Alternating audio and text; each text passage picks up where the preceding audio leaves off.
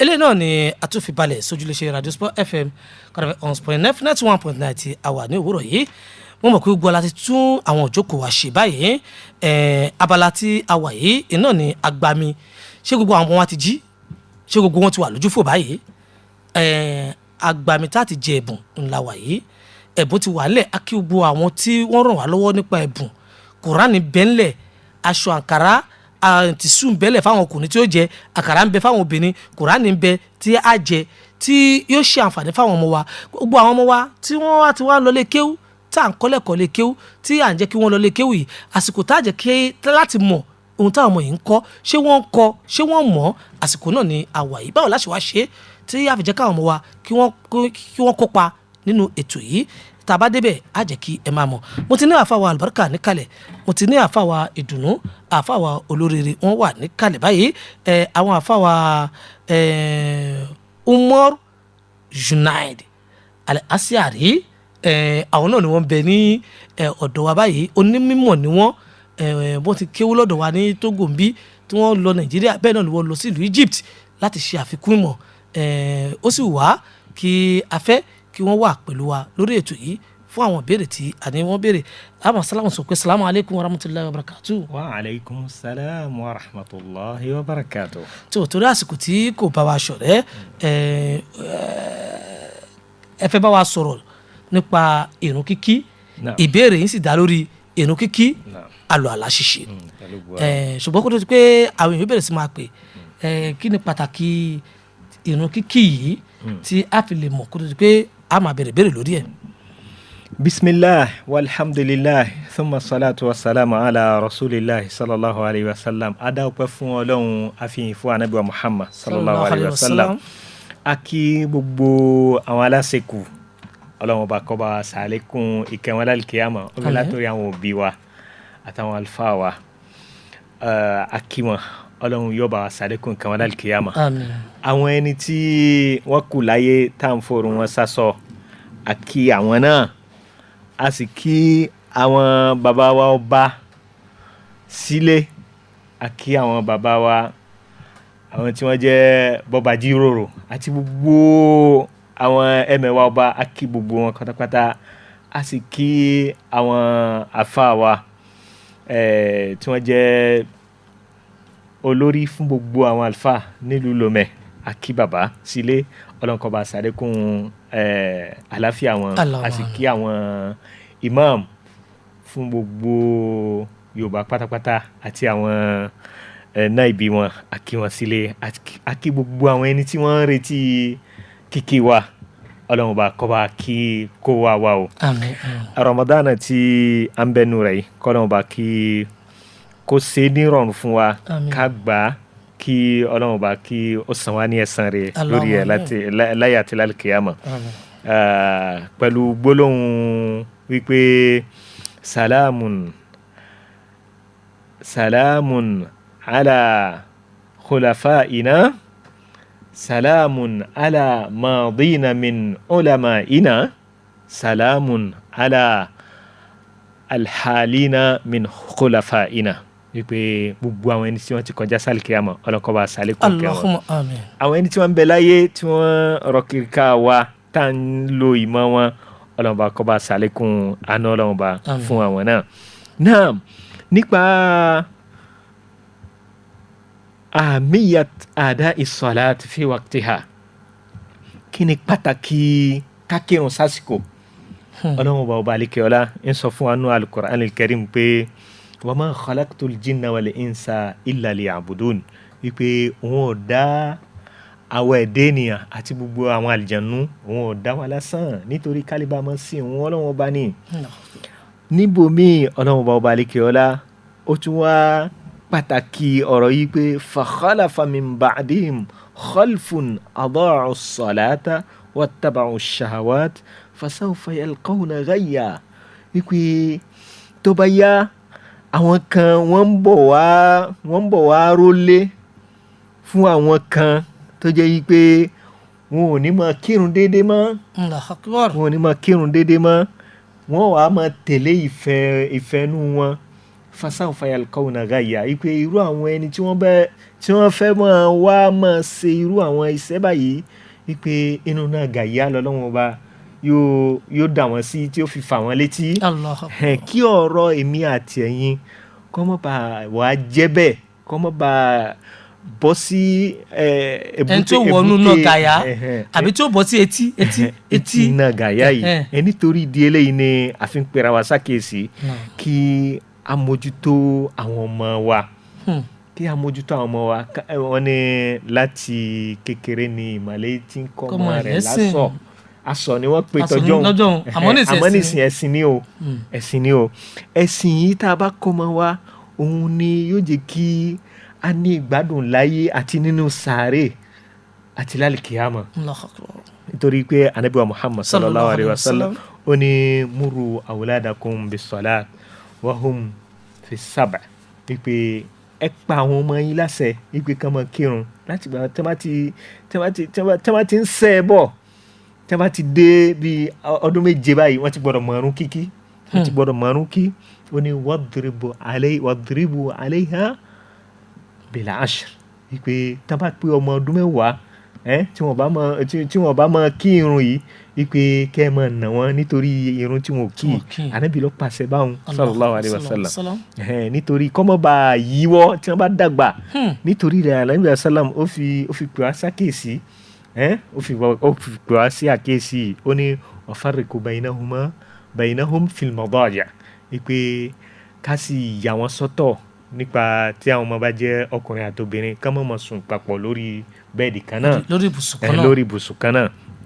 náà a rí i pé nínú pàtàkì irun kíkí Ànábì wa Muhammad sallallahu alayhi wa sallam ó sọ yìí pé ẹni tó bá ṣe àlùwàlá nílé rẹ̀ tó wá gbèrò láti lọ sí mọ́sáàsì láti lọ kírun wípé eléyìí ó wá bá Ọlọ́run ọba lálejò nù ni ó wá bá lálejò wípé kí ni Ọlọ́run máa ń ṣe fún ẹni tí ọba wa bá lálejò àyàfi kó gbà lálejò dáadáa. Allahu Akbar. ẹ wo bá a ṣe máa ń gbára wa lálejò kẹ wá fi ẹ fi comparate ẹ pẹ̀lú gbígbàlejò Ọlọ́run tó gbà wá lálejò yóò ju ìtawà ń gbára wa lálejò lọ. sẹ́rí pé eléyìí ó ti wà ní high level tí a lè ro bó ṣe wà sí. nítorí di eléyìí a gbọ́dọ̀ mójútó ìrun wa kíkí dáadáa a gbọ́dọ̀ mójútó ìrun wa kíkí ká máa ṣe déédéé nípa ìrun wa kíkí ká máa ṣe déédéé nípa ìrun wa kíkí. Ànábì Muhammad sallallahu alaihi wasallam tún sọ nú ọ̀rọ̀ mi wípé ẹni tó bá mójútó ìrun rẹ̀ kíkí dáadáa wípé Ọlọ́run bọ́ba àlékèọlá yóò kọ sínú àwọn ẹni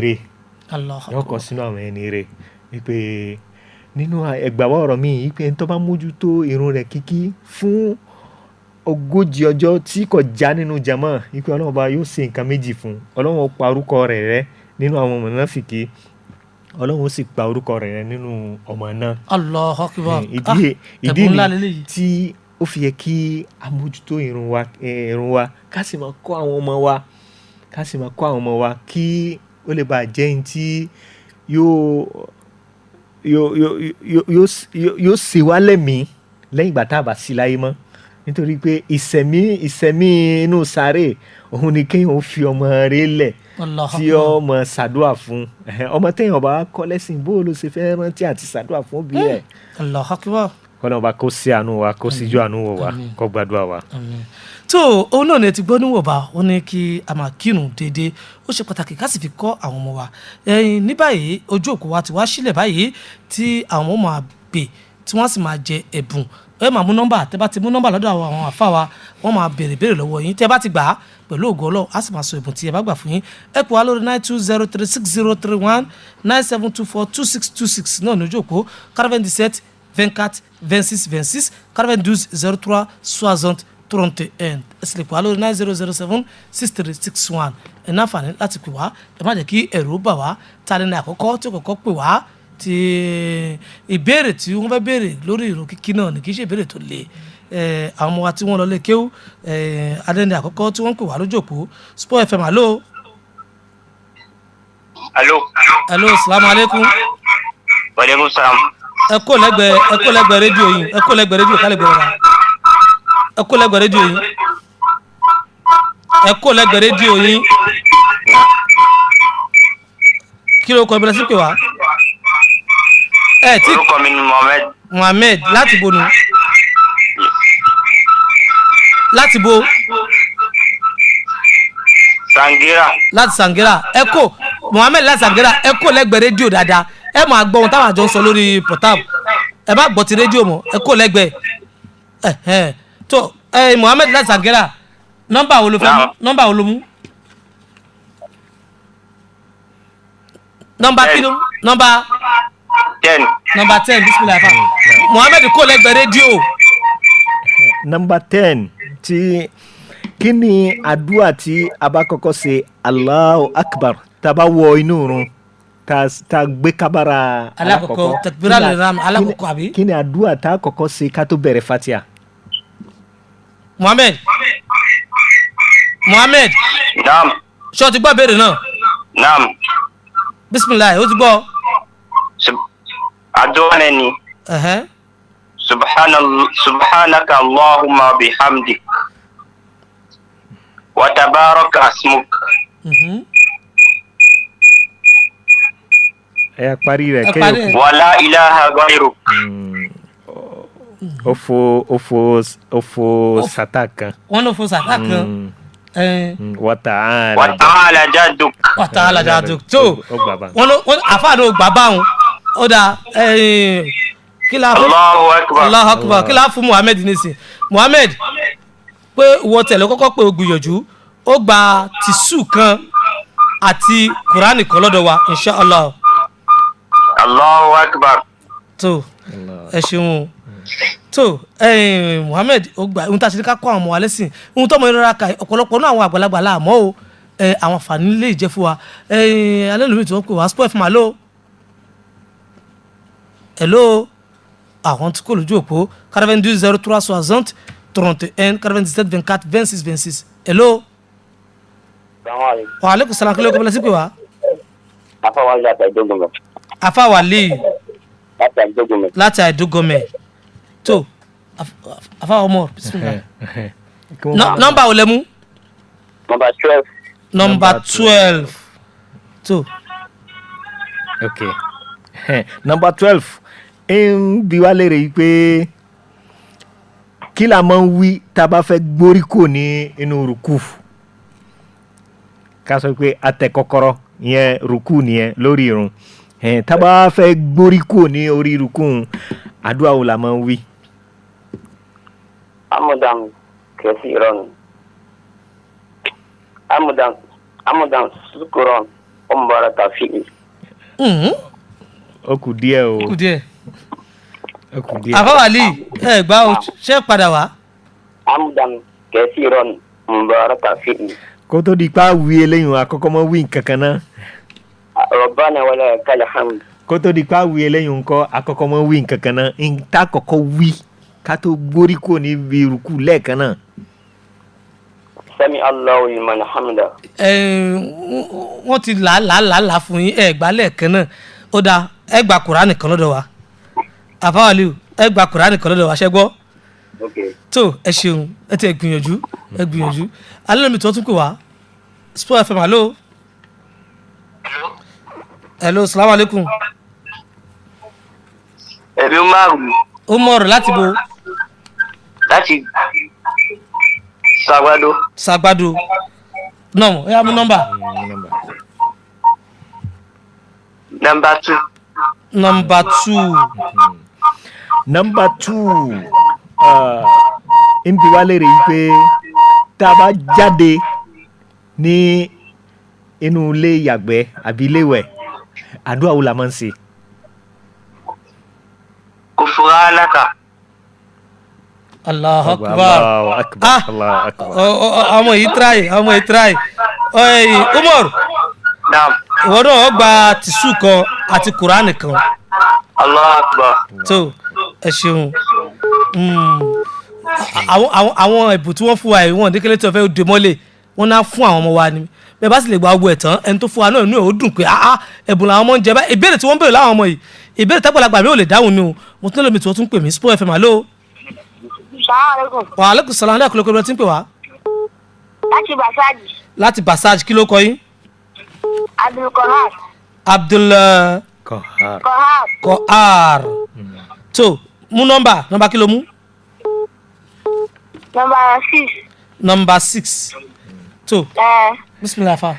Number 6 ń bi wá léèrè yìí pé àdúà wo la máa ń ṣe tá a bá wọlé láti ta, ìyẹn ni pé tá a bá tò dédé tá a wọlé, àdúà wo la máa ń ṣe tá a fi máa ń wọnú ilé. tá a bá fi wọnú ilé.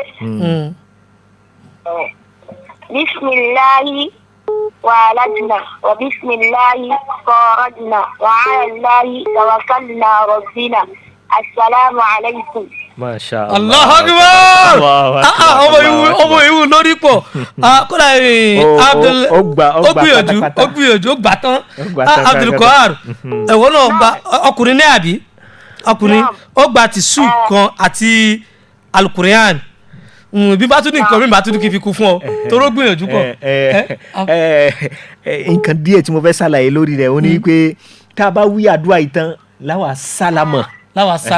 Gẹ́gẹ́ bó ṣe ṣàlàyé gẹ́lẹ́ bẹ́ẹ̀ náà. fún ẹ̀fẹ̀ màálù wa aleykum salaam kí ló kọ́ bẹ́lẹ́ sí pé wá. Ẹni Ashad láti Ṣùgbọ́n Kọ́njí ni. Ashad láti Ṣùgbọ́n Kọ́njí. Ashad láti Ṣùgbọ́n Kọ́njí. So nọ́mbà wo ló mú. Number 8. Masha Allah tabaraka wa ta'ala. Ìbéèrè ń béèrè yìí pé àdúà wo ni a máa ń ṣe tá a bá fẹ́ jáde nínú mọ́sáàsì. Bismillahi wa salatu wa salam ala rasulillah. Allahumma inni as'aluka min fadlika. Allahumma yasimni mina shaitani rajim. Allahu Akbar. Ọlọ́ ẹ̀yin òbí wa mo kí ẹ kú oríire o. Alhamdulillah. So Ashad láti Ṣùgbọ́n Kọ́njí ìwọ náà wàá gba tìṣù tó ràn tọmọ fi yílẹ̀ àti Al-Qur'an tó mọ̀ tún kéénu lé. Masha Allah tabaraka wa ta'ala. Alhamdulillah. Allahu Akbar. Alhamdulillah. Àmín. So àtúntò mi tí wọ́n tún pè wá Sport FM alo. Alo. Salaam aleykum lóko ẹbí tí ń pè wá. Afa Yusuf láti Aidogunme. Hashim. Afa Yusuf. Oui. Láti Aidogunme. So nọ́mbà wo lẹ mú. Number 5. Number 5. Bismillah. Ntí ìbéèrè ń bẹ wá lè rí i pé àdúà wo la máa ń ṣe tá a bá fẹ́ jáde nílé. Ẹ gbọ́ ayé dáadáa o. Tá a bá fẹ́ jáde kúrò nílé. Àdúà wo la ṣe, àdúà wo lè Ànábì sallam sọ fún ọkọ wa pé ká ṣe ká tó jáde kúrò nílé. Ọkọ wa kí ká ṣe Suratul Fatiha, ká yìí ṣe Qul huwallahu ahad. Lẹ́yìn náà ńkọ́. Kò tí ì bọ́ sí Yusuf o. Kò tí ì bọ́ sí o. Lẹ́yìn náà ńkọ́. Kí látún ṣe lẹ́yìn ìgbà náà. Yusuf ọ padà wá. Tó o mú lẹ́nu mi tí wọ́n tún pè wá Sport FM alo. Salamu alaikum. Wa aleykum salaam. Tó kí ló kọ́ bẹ́lẹ́ tí ń pè wá. Amdalat láti Àgọ́ obìnrin àkọ́kọ́ tá àkọ́kọ́ pàkọ́ ni. Tó nọ́mbà kí ló mú. Number 4. Number 4. Now, number 4. Ìbéèrè tó wà níbẹ̀ ni pé àdúà wo ni a máa ń ṣe lẹ́yìn ìgbà tá a bá parí àlùwàlá lẹ́ẹ̀kan náà. Ashhadu an la ilaha illallah wahdahu la sharika lahu wa ashhadu anna Muhammadan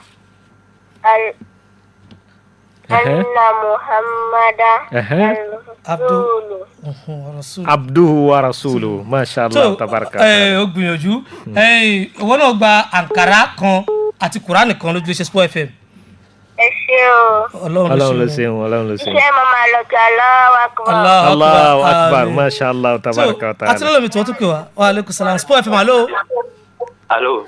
Kí ló kọ́ bẹ́lẹ́ tí pè wá. Ridwan láti Ṣùgbọ́n Kọ́njí. Ridwanullah láti Ṣùgbọ́n Kọ́njí. Nọ́mbà kí lẹ mú. Number 7. Number 7. Number 7. Number 7. Ìbéèrè tó wà níbẹ̀ òun ni pé àdúà wo la máa ń ṣe tá bá fẹ́ wọnú mọ́sálásí. Ridwan kó lẹ́gbẹ̀ẹ́ rédíò. Ridwan ó ti lọ. Tó àtìlẹ́yìn tí wọ́n tún pè wá spẹ́ fún màlúù. Alo, salamu alaikum. Malik láti Àtìpójí. Malik láti Àtìpójí. Tó bismillah. Nọ́mbà wo ló mú? 7. Nọ́mbà 7 ni Malik mú, Ridwan mú, àmọ́ kò pé. Ó yá, nọ́mbà 7 ọ̀hún. Àdúà wo ni ẹ ti sọ àdúrà yẹn. A ti sọ. Ìyẹn ni pé àdúà wo ni a máa ń ṣe ká tó wọnú mọ́sálásí. Àdúà wo la Nabi sallam ó kọ́ wa pé ká ṣe ká tó wọnú mọ́sálásí. Tó bá lè ka àdúà náà fún wa. Yóò dùn mọ́ wa nú púpọ̀. Àánú sọ̀rọ̀ tàbí bá tó ọdún mọ́sálásí. Ó kí lànà bí sọ. Maliki. Bismillah man, ó yẹ ká mọ kọ́kọ́ máa gbé ẹsẹ̀ ọ̀tún wọlé ká tó mọ wọlé ṣùgbọ́n ká mọ̀ fẹ́ pé. Mọ̀ ń gbọ́. Maliki. Ó lọ padà wá. Ó tẹ̀ tẹ́lẹ̀. Ó ní òkè ànábì sọ pé òkè ni ká máa sọ. Sallallahu alayhi wa sallam. Ẹ jẹ́ kí tí pẹ́ tó pè mí iná. Sport FM alo. Alo, salamu alaikum. Wa alaikum salam. Kí ló kọ́ bẹ̀rẹ̀ sí pè wá? Yusra láti Lẹ́gbàsító. Yusrat láti Lẹ́gbàsító. Nọ́mbà ò lẹ́mú? Number 3. Number 3. Masha Allah, tabaraka wa ta'ala. Àdúà wo ni Ànábì kọ́ wa sallallahu alayhi wa sallam wípé ká ṣe ká tó bẹ̀rẹ̀ àlùwàlá. Bismillahirrahmanirrahim. Lẹ́yìn náà kọ́. Allahumma nawaitu.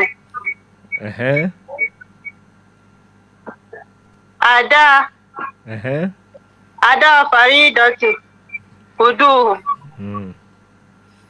Lẹ́yìn náà kọ́. Ká má gbàsíkò púpọ̀ jù. Bismillah. Tó kọ́kọ́ sọ yẹn. Bismillah náà ni. Bismillah lórí bismillah. Iná ni Ànábì sallam ó tọ́ka sí pé ká sọ ká tó bẹ̀rẹ̀ àlùwàlá. Bismillah. Yusra wọn náà gbà àwọn kò fẹ́ dẹ́rù báyìí tẹ́lẹ̀ pé bismillah tó kọ́kọ́ sọ yẹn wọn náà ló ti mú. Àwọn tábà fi kún yí pé bismillahir rahmanir rahim a fi kún ni àmọ́ Ànábì sallam sọ ní pé ká ṣe bismillah. Àmọ́ nàwétù tó wíhun a ní wí nínú wípé àdádálẹ̀ lélẹ́yìn wà. Ó yẹ ká yàn fúnra wa. Yusra ìwọ náà wàá gba obìnrin ní àbẹ obìnrin ó wàá gba àǹkàrá àti kùránì kan. Allahu Akbar. Ẹ ṣé gan. Ọlọ́run ló ṣeun. Tó àtúndínlẹ̀ mi tó tún kú àlejò Sport FM. Hello. Assalamu alaikum. Wa alaikum salam. Èmi Ridwan ni mo padà wá. Ridwan ló padà wá. Tó ó mú nọ́mbà mi ni. Mo mú number 8. Number 8. Wọ́n ti mú Àṣàdì ti mú number 8 tẹ́lẹ̀. Àṣàdì ti mú number 8. Wọ́n ti dáhùn rẹ̀. Number 9. Number 9. Ó yá. Number 9. Kí ni Ànábì wa sallam? Ẹ kó lẹ́gbẹ̀ẹ́ rédíò yín. Kí ni Ànábì wa Muhammad sallam ó pa wá láṣẹ pé ká ṣe tí a bá ń gbọ́ pípé ìrun? Lẹ́yìn náà tí a bá pè ìrun tán àdúrà wo la Ànábì sallam ní ká ṣe? Tó Ridwan. Ìbéèrè méjì ni o. Tó bá ń pè ìrun lọ́wọ́ kí ni Ànábì Muhammad ní ká ṣe? Ká máa gbé. Ká máa gbé ìrun náà. Ká máa gbé. Ká máa gbé tẹ̀lé. Lẹ́yìn náà ńkọ́? Tó bá sì ṣe tẹ́ a sì ṣàdúrà. Bó la ṣe máa gbé? Ó tún ní ìbéèrè kan láàrin bẹ́ẹ̀ o. Bó la ṣe máa gbé? Gbogbo ohun tí làdáni bá ti ń wí àánú àmọ́ gbé tẹ̀lé. Ó gbọ́dọ̀ yan bẹ́ẹ̀. Àmọ́ gbígbé kan ó ní kọ́mọ́. Bí hayya ala salat hayya ala falai ṣé àwa náà á wí bẹ́ẹ̀ ni àbí kí la fẹ́ wí láàrin o nítorí ó gbọ́dọ̀ yan fún gbogbo àwọn tí wọ́n létí ìgbọ́ tẹ́ ń gbọ́ wa. hayya ala salat la hawla wala quwwata illa billah. Ibi tí mo fẹ́ kọ́ lọ gan ni. hayya ala falah la hawla wala quwwata illa billah. Ọ̀dà kò burú ó ti gba apá kan nínú ìbéèrè ọ̀dà kò burú lẹ́yìn ìgbà tí wọ́n bá pèrún tán àdúrà wo ni àníbi sálàm pa wá láṣẹ yìí pé ká ṣe. Allahumma rabba hadhihi da'wati dama والصلاة القائمة آت محمدا الوسيلة والفضيلة وبعثه مقاما محمودا الذي وعده ورضيت بالله ربا وبالإسلام دينا وبمحمد صلى الله عليه وسلم. ما شاء الله تبارك وتعالى. ọgbà. so Ridwan wọn náà wá gba tìṣú kan lọ́dọ̀ wa pẹ̀lú Quran. ẹ ṣeun. Ọlọ́run ló ṣeun. Ọlọ́run fa ìbáríkà sí. àmín. tó àtúlọ́mì ní ojú òpó tí wọ́n ń pè wá Sport FM. Hello. Salaam alaikum. Alaikum salam. Kí ló kọ ibẹ̀rẹ̀ sí ń pè? Idris láti àdúgbò rẹ̀. Láti àdúgbò rẹ̀ Idris. Nọ́mbà wo ni Idris mú? Ìfẹ́ mú nọ́mbà mo kẹfẹ́ kí n lẹ̀. Ẹ kàn fẹ́ kí á lè. Ìbéèrè ní inú mi dùn mo pé kẹ́kú sẹ́ jazakumullah khairan. O ṣeun gan o Ọlọ́run ó jẹ́ kí wọn náà pẹ́ láyé o á di ọpẹ́ ó náà lùbáríkà o ṣeun gan ni tìṣú sì ti ń lọlẹ̀ ìbáríkì fún tìṣú kan tó kíá àmọ́ a fún Kùránì kan. Masha Allah. àtúntò lómi tó kù wá Sport FM. Hello, kí ló kọ yín? Abdallah láti Àgọ́. Abdallah láti Àgọ́. tó nọ́mbà ọlọ́mú. Number 5 wọ́n ti mú number 5 tún mú mi. Number 10 wọ́n ti mú. 3. Number 2 wọ́n ti mú. ọ̀dà ó mú number 1 Number 1. Number 1 bí wàá lè rí wípé àdúrà wo ni àníbi sálàm ó pa wá láṣẹ ká ṣe kó tó di pé a wọ ààyè gbọ̀nsẹ̀ àbí ààyè tọ̀ ilé gbọ̀nsẹ̀ àbí ilé tọ̀ àdúrà wo ni ó yẹ ká ṣe. Ànábì ní ká ṣe ókè. Ọ̀yà sọ. ẹ ti bàjẹ́ lábẹ́lẹ̀ Allahumma ti bàjẹ́ lábẹ́lẹ̀ Abdallah ó padà wá ní Allahumma ó ti túmọ̀ sí pé wọ́n fẹ́ sọ fún ọ ni a sì wá dànkọrú lábẹ́lẹ̀ kò dábàá wọn ó dà Abdallah mọ̀ lọ alẹ́ lómi tí wọ́n tún pè wá Sport FM. Hello. Salaam alaikum. Wa alaikum salaam kúlẹ̀ pẹ̀lú sí pè wá. Sofiat láti Ìsìnkú Kọ́jí. Nọ́mbà olómú. Number 1 wọ́n ti sọ ìbéèrè òun fún Abdallah òun l'Abdallah mú gbọ́dọ̀ tún sọ fún wọn náà torí nígbà tó ti gbọ́ báyìí abú number 1 kó wọn ó gbà ó yá Sofia torí pé ojóbìnrin number 1 tí wọ́n sọ ó yá sọ tó bá lè sọ. àdúrà wo ni àníbi sálàm pa wá láṣẹ pé ká ṣe kó tó di pé a wọ àyè ẹ̀gbin ìyẹn ni àyè gbọ̀nsẹ̀ àbí ilé tọ̀. Allahumma inni a'udhu bika minal khubuth wal khaba'ith. Masha Allah. Sofia torí pé ojóbìnrin mo ṣe ní kó gbà béèrè òun kó mú béèrè òun torí wọ́n ti gbogbo ti sú mi lọ́ti kó ńlẹ̀ tán àmọ́ àǹkàrà kù díẹ̀ ńlẹ̀ torí pé ojóbìnrin wọn náà gba àǹkàrà kù àti Kùránì kan. Masha Allah. Allahu akbar. Allahu fa albarka sí. Àmín. alẹ́ lómi tó tún pè wá lójú Sport FM. Hello. Sport FM. Hello. Salaam alaikum. Wa alaikum salaam kí ló kọ́ sí pè wá. Malik láti Àtìpójì.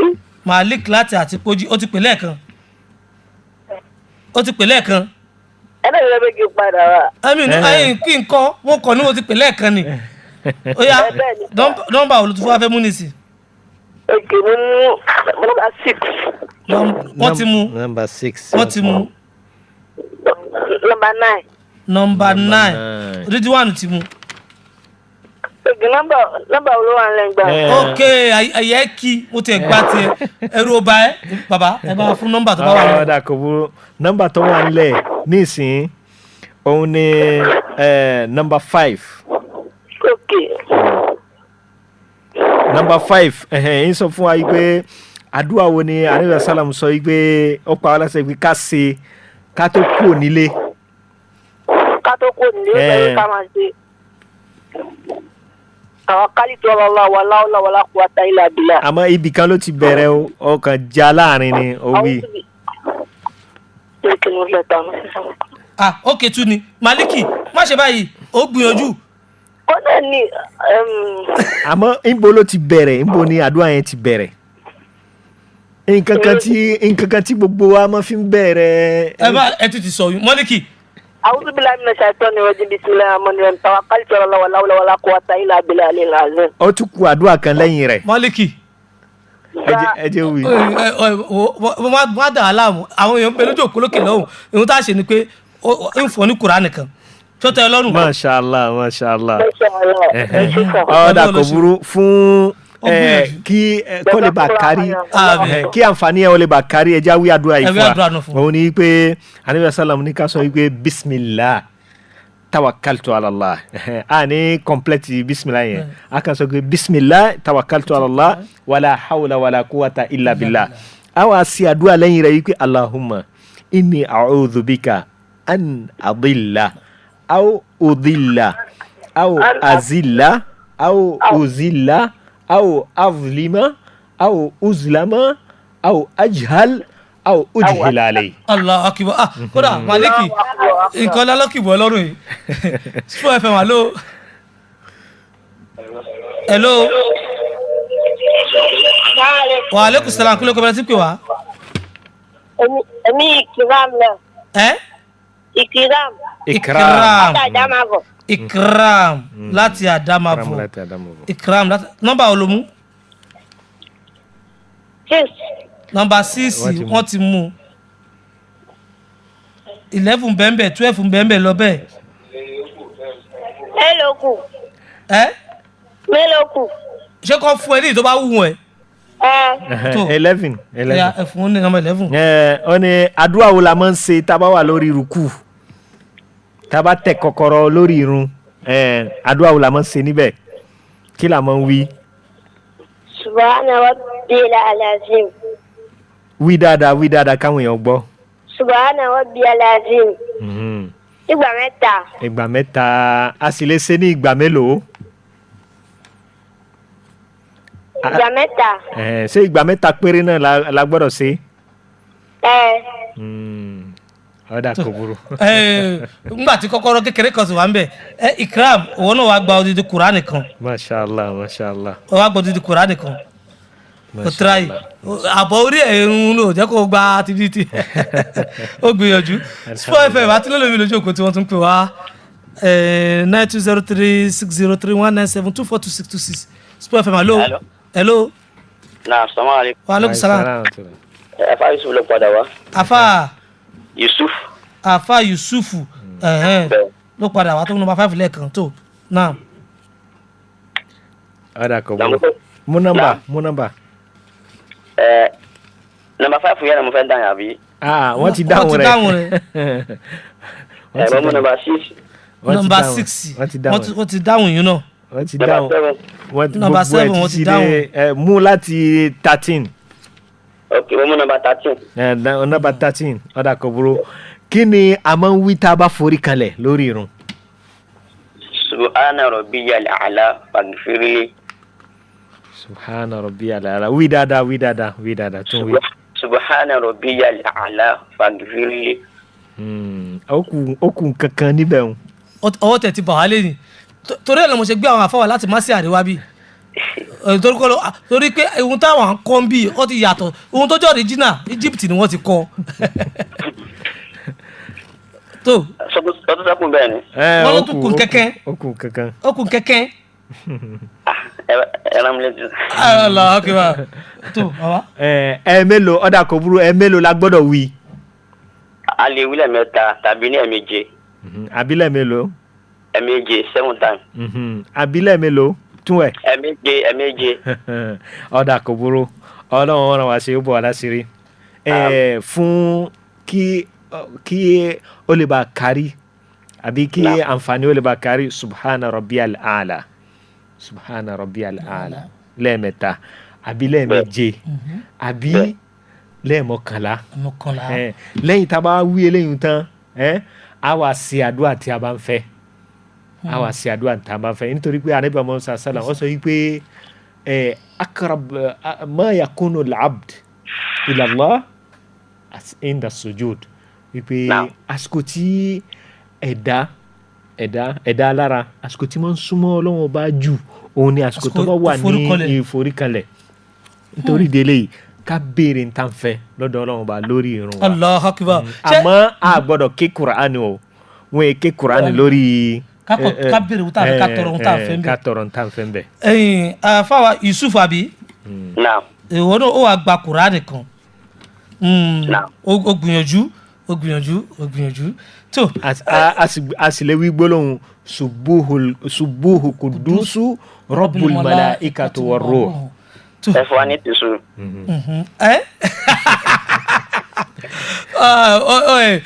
tìṣú ti ń fẹ́ rí ńlẹ̀ àti pé tó bá jẹ́ pé o sọ ìbéèrè tí wọ́n béèrè lọ́wọ́ rẹ̀ ìbéèrè tí kò le rárá ni mo mọ bí mo ṣe ń fún yín lẹ́bùn àwọn tí ìbéèrè wọn bá le wọn tó máa gbẹ̀bùn yẹn dáadáa ẹ̀rì kò gba tìṣú ìbéèrè tí wọ́n béèrè lọ́wọ́ tẹ̀ ìbéèrè tí ò le àmọ́ lọ́jíìkì tó wà nú ẹ̀ lóòrí mú jáde wípé a lè ṣàdúrà ń bẹ́ o nǹkan báyìí o ẹ̀mẹ́kọ̀lá ni alẹ́ sọ́lọ́ mẹ́kọ̀lá mẹ́rẹ̀ẹ́ta o ìbéèrè tí ò lè ní ìbéèrè títí ẹ̀ ò bá gba tìṣú àmọ́ Kùránì tó bá ké dáadáa tó bá ń lò ó lè ra imú etí sù pẹ̀lú ògo Ọlọ́run alẹ́ lómi tó ń pè wá Sport FM alo kí ló kọ ẹ̀bùn létí pè wá. Èmi Sàfúrà láti ti kìlọ̀. Sàfúrà láti ti kìlọ̀ ní kọjí tó bismillah. Mo mú ní numéro 3. gbogbo nọ́mbà láti 1 títí dé 10. ẹ mú láti nọ́mbà 13 14 15. Mo ní numéro 14. numéro 14 òun ni pé àdúrà wo la máa ń ṣe tá a bá wà lórí ìjókòó àárín méjì ìforíkanlẹ̀. ìtumọ̀ rẹ̀ ni pé tá a bá kọ́kọ́ foríkanlẹ̀ tá a bá jókòó sọmọ yìí pé a padà foríkanlẹ̀ sọ ń gbọ́ mi. àdúrà wo la máa ń ṣe ọ̀ya. wàbífìlì wàrfìlì wàrúzùkùnì. Masha Allah. ọmọ ọdún mélòó ni ẹ Sàfúrà. Masha Allah. 11. Allahu Akbar. ó gba àkàrà kan àti Quran. Masha Allah. ó gbà dáadáa àmọ́ nítorí pé ọmọ kékeré ni. àmì tó kọjá pé kò jẹ́ kó lè pè bó ṣe ẹ bá pè dáadáa fún un.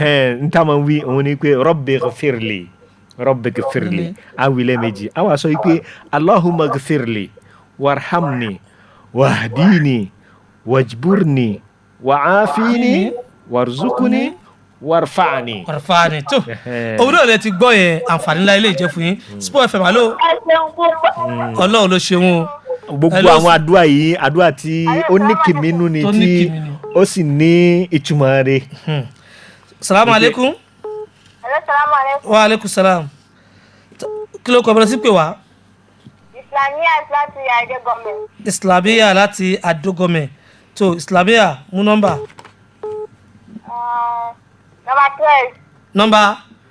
wọ́n ti mú. 14. wọ́n ti mú òun náà. ó dà pé 15. Islamiyya lágbà kẹ́yìn. 15 òun ni pé kó ka àtàyà fún wa àtàyà. ó yá bismillah Islamiyya. Bismillahirrahmanirrahim. At-tahiyyatu lillahi, az-zakiyatu lillahi, at-tayyibatu salawatu lillahi. Assalamu alayka ayyuhan nabiyyu wa rahmatullahi wa barakatuh. Assalamu alayna wa ala ibadillahi salihin. lẹ́yìn rẹ̀ ńkọ́. Ashhadu an la ilaha illallah wahdahu la sharika lahu aya parí ẹ̀ òun náà nìyẹn. wa ashhadu anna Muhammadan rasul abdu wa rasul. Masha Allah. Allahu Akbar. Islamiyya ó gba Quran àǹkàrà kan pẹ̀lú Quran ẹyọ kan. Allahu akbar Allahu akbar. So tó bá wojú aago ẹ rí i pé àwọn náà ń bá aago ṣiṣẹ́ lọ́dọ̀ wa ń bí ni Ọlọ́run ló ṣe o. Kújòkè amẹ̀pẹ̀tẹ́kẹ̀ mi já hàn fífi wa máa hàn àmì wa kújò mi máa hàn àmì wa ọ̀ya Spoon FM alo. Wa aleykum salaam kí ló kọ́ bẹ́ẹ̀ sí pé wa. Ní Abdullahi láti ti kulọ̀ nù. Abdullahi láti ti kulọ̀ nù ó ti pè wá tẹ́lẹ̀ lẹ́ẹ̀kan àbí. Ní ìjẹta ni. Ọ̀ya mú béèrè. Mo mú numéro 16. 16. Mashallah. Kí la máa ń wí lẹ́yìn àtáyá? Ká tó sálámà. Kí la máa ń wí lẹ́yìn àtáyá ká tó sálámà? Allahumma inni a'udhu bika min azabi dunya. Allahumma inni a'udhu bika min azabi jahannama. Tá a bá parí àtáyá lẹ́ẹ̀kan náà. Astaghfirullah. Àti sálámà o. Allahumma salli ala Muhammad. Mashallah. Kama sallaita ala Ibrahim wa ala ali Ibrahim wa barik ala Muhammad wa ala ali Muhammad kama barakta ala Ibrahim wa ala ali Ibrahim fil alamin innaka Hamidum Majid. Ọ̀dà kò burú. Tá a bá wá sálámà ńkọ́ kí la máa ń wí? Astaghfirullah, astaghfirullah, astaghfirullah. Lẹ́ẹ̀mélòó? Ẹ̀mẹ́ta. Kí la máa ń wí lẹ́yìn ìgbà náà? Allahumma anta salam. Mashallah, mashallah. Abdallah. Ọgbà. ó ti gbà béèrè. Ọwọ́ náà wá gba tìṣú àti Kùránì kan lọ́dọ̀ wa. Ẹ ṣe púpọ̀. Ọlọ́run ló ṣe wú. Mashallah. Tó láàrin bí ìṣẹ́jú kan sí kejì àpàdà wá sórí atẹ́gùn yóò jẹ́ ká fi bẹ́ẹ̀ kẹ́ balẹ̀. Gbogbo ẹ̀jẹ̀ tún pè wá ẹ má fi ṣèbínú. Tìṣú kan ti fẹ́ nílẹ̀ àmọ́ mo mọ̀ pé Ọlọ́run ọba tó wù náà ṣe léyìí. Inú ẹrú Ọlọ́run ọba náà mọ̀ dùn nílé pé ẹ̀bùn ló ń kó kalẹ̀ táwọn èèyàn kó jẹ báyìí a dẹ̀ sọ fún ẹ̀yin náà tẹ́ bá kó ẹ̀bùn kalẹ̀ jù báyìí lọ bá ṣe ń fún àwọn ẹni tí sùn Kùránì kódà kẹ́lẹ́ mi gbowó kalẹ̀ pé ẹgbà kọ́ máa fi owó ìran aṣọ tí a bá kó fún wọn ó dùn mọ́ wa nù àti kó lórí ètò mú padà bọ̀ ẹ lè ṣe vùkálẹ̀ sí mi ẹ lè pè mí ipe tó bóyá ẹ tún fún wa níye báyìí o ipe ká fún àwọn ọmọ tí wọ́n gba aṣọ o kí wọ́n fi ran nílé télọ̀ bó jẹ́ dèmí bá ṣe pè fún wọn náà nìyẹn kọ́lọ́wọ́ bá láàánú kó ṣe inúṣẹ́ wa eléyìí ẹ̀kọ́ ńlá ló jẹ́ fún wa o inú wa sì dùn pé ọjọ́ ọ̀la àwọn ọmọ wa ó dàbẹ̀ pé yóò dára mo ṣe ń wo yìí yóò dára ẹ̀yin òbí mo kẹ́yìn náà tẹ̀ fà mọ́ sí ilé ẹ̀kọ́ láàrin ìṣẹ́jú kan sí kejì mo padà bọ̀ lórí atẹ́gùn ní bàbá kálọ̀. tó àtúnkì ra wa nínú ilé ìwé tẹ̀ náà fani tí ẹ ń gbọ́ wa níbi yóò tẹ̀ tí ń gbọ́ wa ní òwúrọ̀ yìí a kí gbogbo àwọn ọmọ wa tí wọ́n gbìyànjú pọ̀ ní òwúrọ̀ yìí gbogbo ẹ̀yìn wa pátá ní ẹ gbìyànjú pàápàá jùlọ gbogbo ẹ̀yin tí ẹ tún náà fani tí ẹ wọlé tí ẹ jẹ̀bùn Mohammed ó jẹ̀bùn tìṣú àti Quran Alfa Wali àwọn jẹ Quran Umar wọ́n jẹ tìṣú àti Quran Abdulkohar ó jẹ tìṣú pẹ̀lú Quran kan Ashad ó jẹ tìṣú pẹ̀lú Quran Yusuf ó jẹ Quran nìkan Amdalat ó jẹ Ankara pẹ̀lú Quran Ridwan ó jẹ tìṣú àti Quran Malik àwọn gba Quran nìkan Yusrot ó jẹ Ankara pẹ̀lú Quran Idris ó gba Quran ẹ̀yọ kan Abdallah ohun ògbẹ̀bùn Sofiat ó gba Ankara àti Quran Ikram ó gba Quran nìkan Safurat ó gba Ankara pẹ̀lú Al-Quran Islamia ó gba Ankara pẹ̀lú Quran Abdallah òun náà gba tìṣú pẹ̀lú Quran àwọn tí wọ́n jẹ ẹ̀bùn ní ojúlé ṣe Radio Sport FM ní òwúrọ̀ yìí iná ní ẹ̀ka yìí á wà fún àwọn àfàwà ní àǹfààní láti túbọ̀ wá sọ̀rọ̀ ṣókí torí pé ọ̀rọ̀ ọ̀run ó ní agbára ẹ̀rọ àwọn ọmọ yìí bí wọ́n ṣe gbìyànjú ọ̀pọ̀ náà bàbá wa nulẹ̀ àwọn ìyá wa àwọn ẹ̀gbọ́n wa tó jẹ́ pé gbogbo ohun táwọn ọmọ yìí ń sọ orí wọn wú nulẹ̀ torí pé àwọn ò mọ̀ ẹlẹ́ẹ̀kejì nígbà táwọn wà lọ́dọ̀ wọn ò náfààní láti kọ́rú ẹ̀kọ́ yìí torí lè kéwọ́ pọ̀ nígbà náà ohun tó dẹ̀ ṣe mú wa tá ṣe ní kí àwọn àfáwà tí wọ́n ṣẹ̀dí láti Masiari nílùú Egypt lọ́hùn tí wọ́n lọ fún yunifásitì láti lọ kéwú kì í ṣe pé gbogbo ohun táwọn ọmọ yìí ń pè yìí nítorí pé tí wọ́n bá ń pè tí wọ́n bá pè dáadáa ṣe é rí pé kéwú táwọn akọ́ ńlọ́dọ̀ tí wọ́n á ń bí gbà míì ó ti máa di kéwú abẹ́lé bá a ṣe ń pe àwọn aráàfin ìgbà míì wà tó jẹ́ pé tá a bá pe aráàfin kan lóòótọ́ ohun tá a fẹ́ sọ àwa mọ̀ lọ́kàn ara wa ṣùgbọ́n ẹni tó gbọ́ lárúbáwá ibòmíì ni ó já sí àbí mo parọ́ nàfà bẹ́ẹ̀ bó sì jẹ́ gan ni ibòmíì ni ó já sí ohun tó pè yẹn ó fẹ́ pe ilé olóńpe ilẹ̀ torí ilé kò nọmọ lábẹ́ lọ́dọ̀ Yorùbá ilẹ̀ sì ní ìpá kọ̀ọ̀kan lẹ́sẹ̀ kọ́ méjèèjì kalẹ̀ àmọ́ ọmọ ọbẹ̀ lábẹ́ ọmọ òní sí lábẹ́ kan ni ìyàtọ̀ yìí sì ni ó máa ń mú yàtọ̀ rẹpẹtẹ wá ẹni tí fa wàhálà òjò báyìí lọ àfàwà àwọn ìbéèrè kọ́ àtàwọn ọmọ yẹn wọn gbà tàbí wọn sọ dáadáa àti pé àwọn àfikún òlẹ́fẹ́ fi kún fún wa látara àwọn ìbéèrè kó ló ti pé a kò lórí àtẹ́gùn yìí torí pé kò ní jẹ́ pé nígbà táwọn ọmọ ń sọ gbogbo ẹ̀ àkọ́kọ́ náà ni àwọn kọ́kọ́ àtúnṣe pé ká tún fi yé yín àtàwọn ọmọ tí wọ́n ń pè náà àwọn ibi táwọn náà kù sí díẹ̀díẹ̀ wọ́n mọ̀ bèrè lọ́wọ́ àfáwọn lékè ó pé àwọn sọ béèrè báyìí ohun tẹ́ kọ́ àwọn wọ́n ní kò rí bẹ́ẹ̀ o ìdí tá a ṣe ni pé kí àwọn àfáwà tí wọ́n lọ sí Máṣíárì tí wọ́n ké gbogbo àgbáyé tó jọra wọn tá a ṣe ní kí wọ́n wá nù ẹni pé ìgbàtọ́ ọmọkọ ka kínílẹ̀ kan tẹ̀yìn àlùalá tó nínú wáìtù ẹgbọ́n tí wọ́n sọ wọ́n ní bísímìlà nìkan ni àmọ́ ọ̀nà wáìtù láti lòdì kìnnìkan wọ́n ní àdádálẹ̀ ni wọ́n ní kò bá nǹkan kọjá àmọ́ àdádálẹ̀ ni àmọ́ bísímìlà tó sọ gọ́gọ́lá lọ́bì sọ sallallahu alaihi wasallam ṣe ẹrú tó wà ń bẹ̀ torí di eléyìí gbogbo àwọn kan tó bá jẹ́ ojúlówó náà ni kí àdìpẹ́ àmúṣe bisimilayi afa. alhamdulilayi rabbil alamin adúpẹ́ fún olóòtú. alhamdulilayi. àwọn bàbá wa búrọ̀dá wa ilé tí o fẹ́ ọlọ́run bá pé ó ṣe dáadáa fún yín. àmín àmín. a sì kí gbogbo àwọn tí wọ́n bẹ létí gbọ́ a kú Ramadan ọlọ́run bá yóò fi wá ṣe kòǹgẹ́ Laylatul Qadr. Allahumma àmín. ọlọ́run fi wá ṣe kòǹgẹ́ Laylatul Qadr. àmín àmín. wala la hawla wala quwwata illa billah. naam nípa ìbéèrè tí àwọn ọmọ dáhùn alhamdulillah adúpẹ́ fún ọlọ́run àwọn ọmọ wọn dáhùn rẹ̀ dáadáa. àmọ́ àwọn kọ́mọ́ kan ń bẹ nípa lórí àwọn àgbàlagbà tí wọ́n máa ń kírun ọ̀pọ̀lọpọ̀ wọ́n máa ń tijú àti béèrè wípé nǹkan báyìí mo ṣe ṣe bẹ́ẹ̀ lórí àbí kẹ́kọ̀ọ́ mi àwọn àgbàlagbà mi wọ́n yẹn fẹ́ lọ bẹ́ẹ̀ ni wọ́n yẹn fẹ́ lọ pa nípa gbogbo ntàwí. For example ẹnìkan béèrè níjọ́ kan yìí pé tabaruku kóhun tó ké fatia tòun tán ìmáàmù tí máa ń dìde irú fatia wo ni ìmáàmù máa ń ké lórí ìrùkù sẹ́mọ̀ yìí pé ó ti rọ́ǹgì báwo. ó ti rọ́ǹgì. kì í ṣe fatia ni ìmáàmù máa ń ké lórí ìrùkù subhana rabbi al-azim. òun lè gbọ́ òun subhana rabbi al-azim. subhana rabbi al-azim òun la máa ń wí lórí ìrùkù.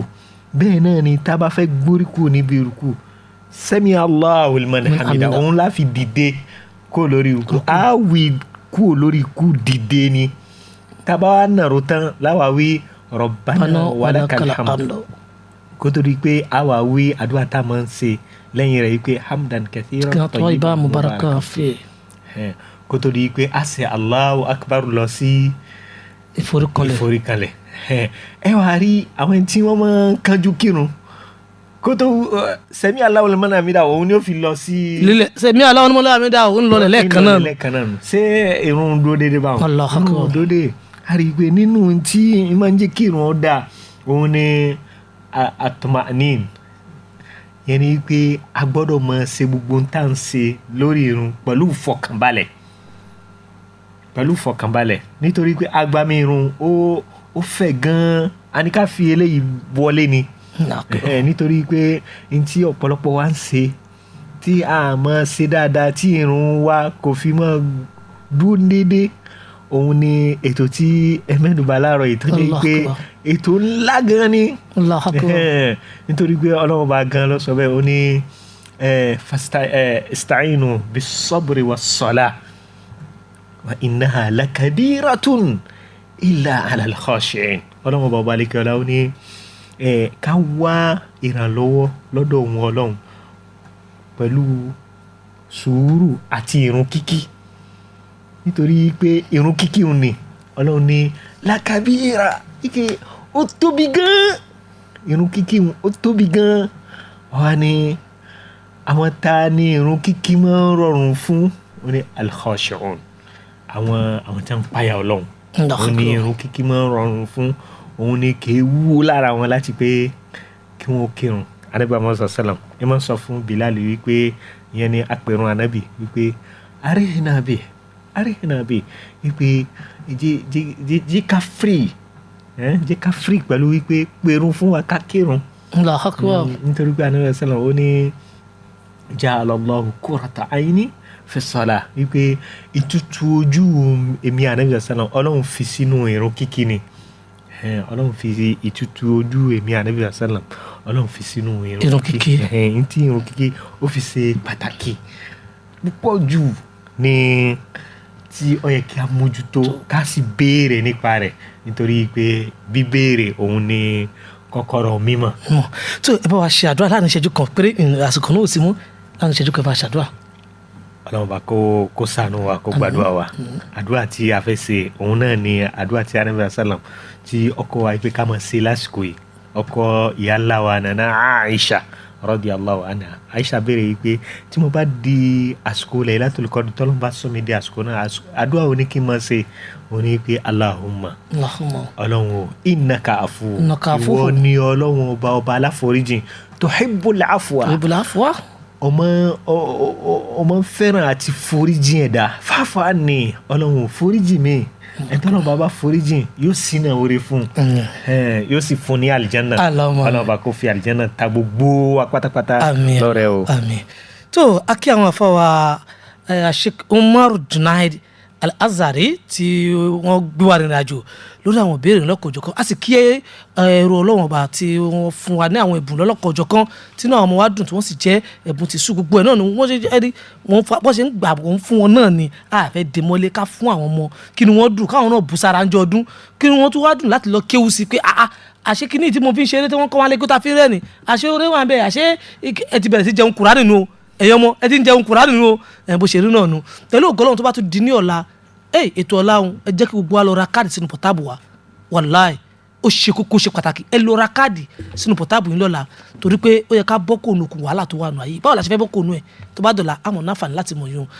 Alhaji ambassador Ọlátúndé Akànnilé tó fẹlẹ̀ mi ń jẹ́ international ambassador Kújò òkè ní tẹkinsẹ́ tó ń gbèsè tó ń gbèsè lẹ́tẹ̀fín náfààní tẹ̀fín gbádùn mi àfàwà Kamorudeen náà ni ó ń lọ tó ń bọ̀ tí ó jẹ́ àmúgbálẹ́gbẹ̀ẹ́ lórí ètò yìí ǹjẹ́ àmọ̀fẹ́lẹ́ ìdágbére Kújò ọjà túbà ayọ́kọ̀ òun lé Basit Alo Muhammad eke olojireme Muhammad evo mashallah so abasa be se mo assalamu alaikum rodo lanu inshallah.